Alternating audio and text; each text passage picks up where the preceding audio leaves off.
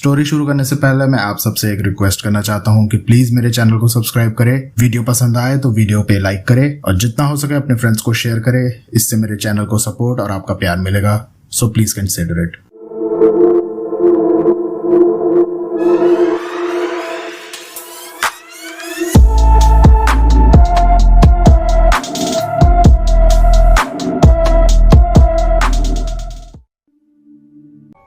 घर सिर्फ ईंटों और पत्थरों से बना एक ढांचा नहीं है, बल्कि घर वो है जिसमें होती हैं यादें, वहां रहने वालों की खुशियां, उनके दुख सुख और हर वो पल जो उनके जीवन में आते हैं। अगर कहा जाए घर जज्बातों को संजोग बनाया एक ढांचा है, तो इसमें कुछ गलत नहीं है और अपना घर छोड़ने का मन किसी का भी नहीं करता, किसी का भी नहीं। जीवन की शुरुआत और जीवन का अंत उस घर में हो जाता है और कहा जाता है कि मरने के बाद भी 13 दिन तक आत्मा उसी घर में रहती है, अपने प्रियजनों के साथ, और कभी कभी वो घर से जाती भी नहीं है।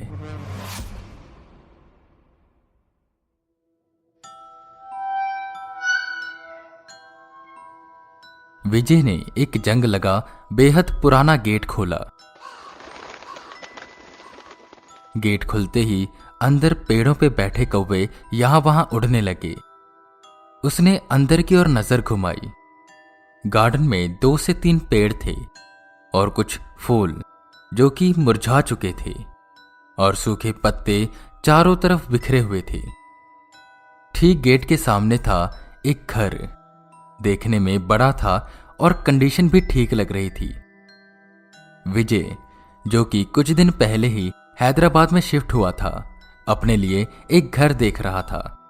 उसका खुद का बिजनेस था और अपने बिजनेस से रिलेटेड ही वो हैदराबाद में शिफ्ट हुआ था। बहरहाल तो वो भी होटल में ठहरा हुआ था, पर एक घर की तलाश में था और एक ब्रोकर ने उसे ये घर सजेस्ट किया जो काफी बड़ा था और दाम भी ठीक ठाक था। ये घर देखने तो ब्रोकर भी उसके साथ आया था, पर किसी कारण से ब्रोकर को कहीं जाना पड़ा, तो विजय अब अकेला ही घर देख रहा था। खैर, जमीन पर पड़े सूखे पत्तों को पैरों से कुचलते हुए वो घर की ओर बढ़ने लगा।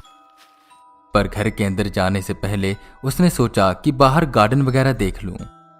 गार्डन में 3 पेड़ थे, जिसमें सबसे बड़ा पेड़ था इमली का, जो कि घर के सबसे पास था और उसकी कुछ शाखाएं घर को छूती थी। उस घर के पास ज्यादा घर नहीं थे, काफी शांत जगह थी वो। बस कुछ चिड़ियों की आवाजें, गिलहरियों की आवाजें बार बार सुनाई दे रही थी। पर हां, रह रहकर पत्तों से टकराती हवा कुछ उस माहौल को गंभीर बना रही थी। विजय ने दरवाजा खोला और अंदर गया। मिट्टी की मोटी परत जमीन पर फैली थी।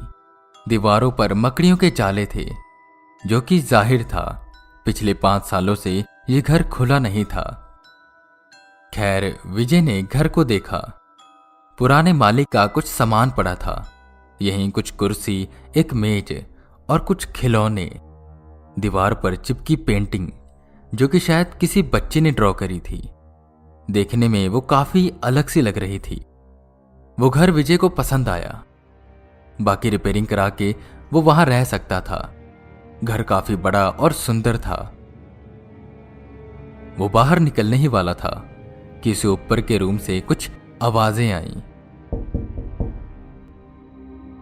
वो ऊपर गया तो एक कमरे से उसे आवाज आ रही थी।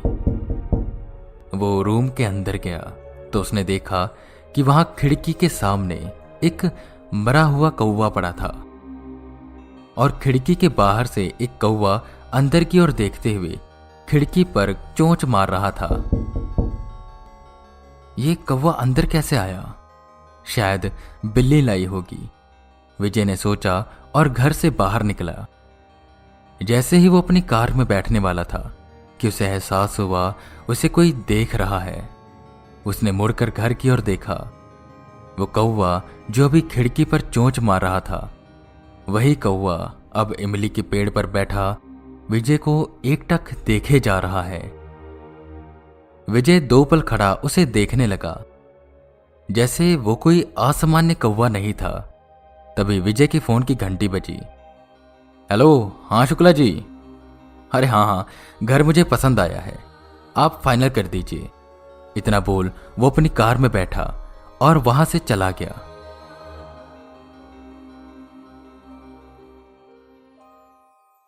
कुछ दिनों बाद उस घर की रिपेयरिंग और लाइटिंग पूरी हो गई। फर्नीचर सब नए लग गए थे। जब विजय से पूछा गया कि पुराने सामान का क्या किया जाए, तो विजय ने कहा कि उसे बेसमेंट में रखवा दो, वो पुराने मालिक का है। जिस पर सारा पुराना सामान उन्होंने बेसमेंट में रख दिया। विजय वहां शिफ्ट हो गया। अब सब कुछ बदल सा गया था।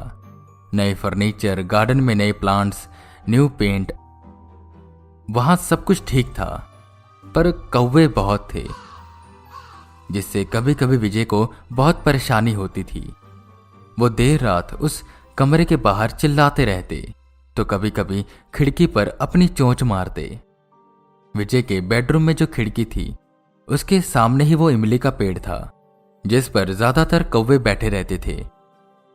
विजय ने आसपास से पता किया कि यहां इतने कौवे क्यों हैं, तो पता चला कि यहीं से कुछ दूर एक ऐसा इलाका है जहां मरे हुए जानवरों को फेंका जाता है, जैसे जिन जानवरों की रोड पर या किसी और वजह से मौत हो जाती है। इसी बीच एक और चीज विजय ने नोटिस करी। अभी वहां उसे रहते हुए कुछ 1 हफ्ता हुआ होगा, और इसी 1 हफ्ते में उसने 3 बार ऊपर के कमरे में मरे हुए कौवे पाए। खिड़कियां बंद रहती हैं और दरवाजे भी बंद रहते थे, तो ये कौवा अंदर आता कैसे था और इसे लेकर कौन आता था? कई बार तो वो सोचता था कि शायद कोई बिल्ली होगी, पर वो जब से वहां आया था उसने ना तो कोई बिल्ली देखी थी और ना ही कोई कुत्ता। कुछ और दिन यूं ही गुजरे। एक रात विजय अपने लैपटॉप पर काम कर रहा था। यहीं करीबन 11:30 बज रहे थे और बाहर मौसम भी काफी खराब था। तेज हवाएं चल रही थी, जिससे वो इमली का पेड़ हिलते ही जा रहा था, जो कि विजय का ध्यान बार बार अपनी ओर खींच रहा था। विजय किलस कर उठा और उसने पर्दा लगा दिया। जैसे उसने पर्दा लगाया और वो पलटा कि उस खिड़की पर नॉक करने की आवाजें आने लगी।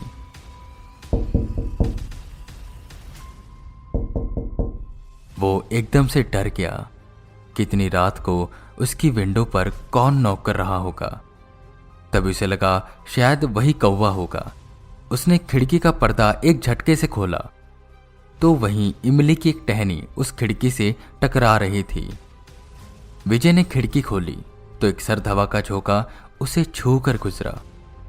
उसने वो टहनी तोड़ी और फेंकी कि तभी उसे एहसास हुआ कि पेड़ से उसे कोई देख रहा है। गहरी लाल चमकती 2 आंखें विजय को उन पत्तों के बीच में से झांक रही थी। विजय का दिल तेजी से धड़कने लगा। उसने खिड़की बंद करी और पर्दा लगाया और सोचने लगा कि जो उसने अभी देखा क्या वो सच है या बस उसका एक वहम। कि तभी ऊपर के कमरे से आवाजें आने लगी। विजय की हिम्मत नहीं हो रही थी कि वो ऊपर जाकर देखे। वो अपने काम पर लग गया, पर धीरे धीरे वो आवाजें और तेज होने लगी। क्या ये कौवा ही है? विजय के दिल में आया। उसने इग्नोर किया और कानों में ईयरबड लगा के गाने सुनने लगा। और कुछ ही देर बाद उसे वो आवाजें फिर से सुनाई देने लगी। वो आवाजें इतनी तेज हो गई थी कि ईयरबड्स लगाने के बाद भी विजय उन आवाजों को साफ साफ सुन पा रहा था। विजय अब काफी डर गया। उसने फैसला किया कि वो अब देखकर ही रहेगा कि ऊपर क्या है। वो किसी तरह अपनी बिखरी हिम्मत को बटोर ऊपर की ओर जाने लगा। उसने एक झटके से दरवाजा खोला और सामने देखा तो ठीक खिड़की के सामने एक कौवा मरा पड़ा था। और वो इमली के पेड़ की टहनी अब उस खिड़की से टकरा रही थी। ये सब आखिर हो क्या रहा है? विजय डरा हुआ था। विजय की हिम्मत नहीं हो रही थी कि वो उस खिड़की को खोले। उसने पर्दा लगाया और नीचे की ओर जाने लगा। जैसे उसने दरवाजा बंद किया कि तभी उसे एक आवाज आई। आवाज किसी की यहां से वहां भागने की। आवाज कौन कर रहा है? और इतनी रात को मेरे घर में कौन घुस गया? वो सीढ़ियों से चुपकर नीचे की ओर देखने लगा तो यहीं करीबन 10-12 साल का बच्चा नीचे खेल रहा था। ये अंदर कैसे आ गया? कौन हो तुम और यहां क्या कर रहे हो? विजय ने बोला और उसकी ओर बढ़ने लगा।